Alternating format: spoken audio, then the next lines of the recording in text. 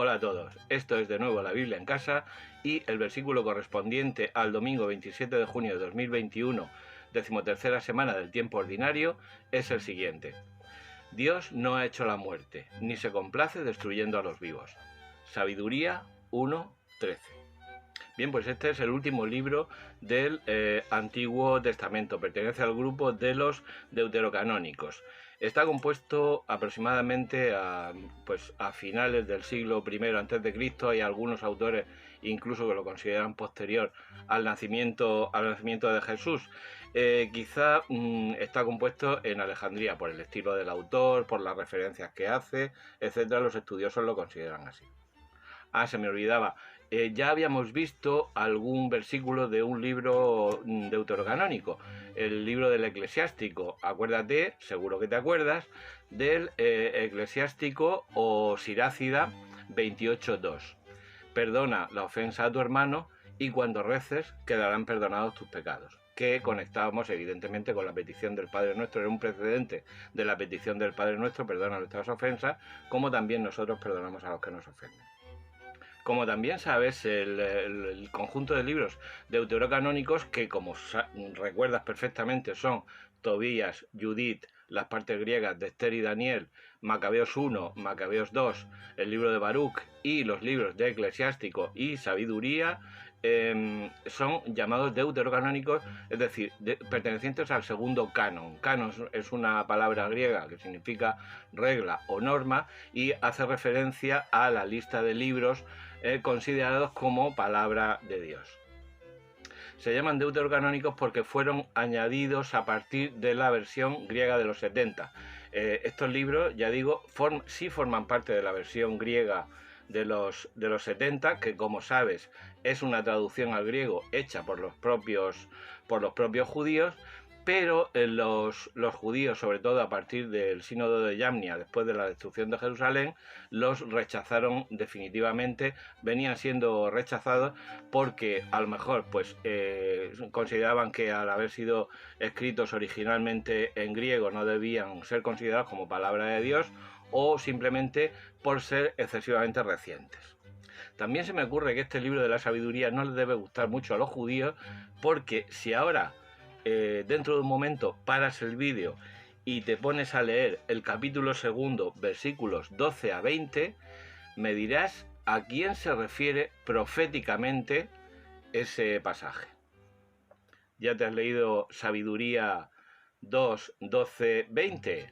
Bueno, pues seguramente eso les debió escocer mucho a los señores judíos. El libro de la sabiduría tampoco pertenece al canon de la Biblia protestante. ¿Y esto por qué?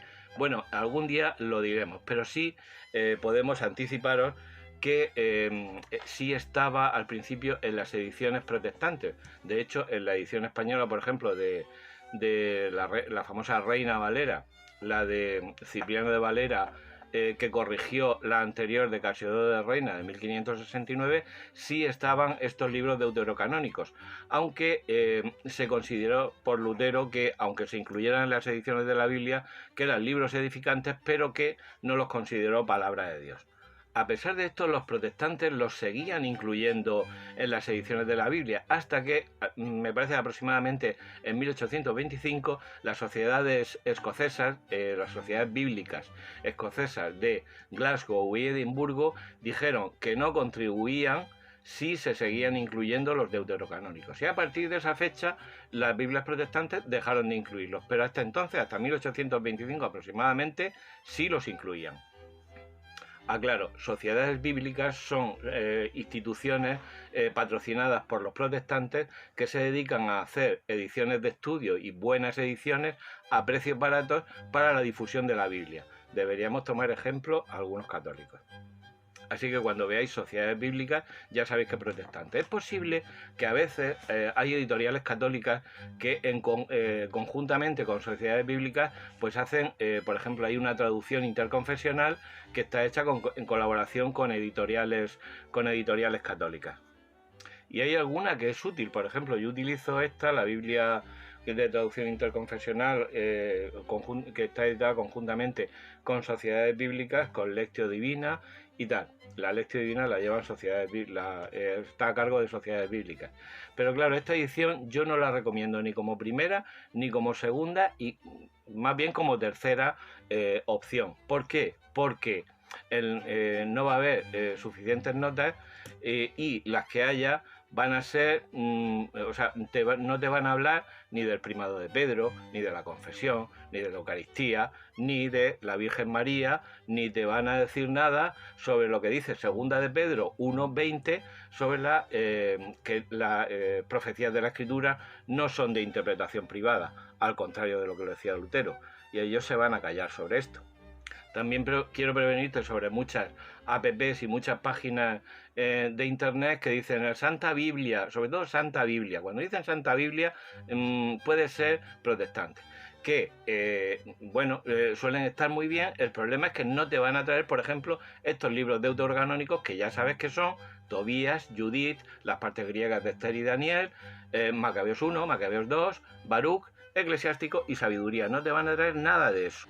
Estas aplicaciones de versículo del día. No, vamos a ver, tú tienes como católico las lecturas del día y no te hace falta que te venga nadie a decirte el versículo del día. Esto naturalmente es un consejo, tú tómatelo como quieras. Bueno, siguiendo con el libro de la sabiduría, anticipa muchas cosas de, por ejemplo, de San Pablo, sobre todo en lo que se refiere al destino inmortal del ser humano. Habla de la justicia, del buen gobierno, y es un concepto que atraviesa todo el libro de la sabiduría. Como destacables, no te pierdas, aparte del capítulo 2, 12, 20, que, como ya has adivinado y ya lo has leído antes, habla de Jesús proféticamente. El capítulo 9, la oración para pedir sabiduría, es una maravilla. Y sobre todo los capítulos 11 y 13 son muy citados en los documentos de la Iglesia y en el Catecismo. Del Catecismo veremos un par de números que citan este versículo, y también algo de León Difus, pero sobre todo quiero que te fijes en que voy a incluir 3 documentos, 3 fragmentos de 2 audiencias generales de San Juan Pablo II y de la Evangelium Vitae, también de la encíclica Evangelium Vitae de Juan Pablo II, así como también la carta Placuit Deo de la Congregación para la Doctrina de la Fe, firmada por el cardenal Luis Ladaria, sobre aspectos de la salvación, que también citan este versículo. Te prometo una semana muy interesante, así que ya sabes, adelante con la Biblia.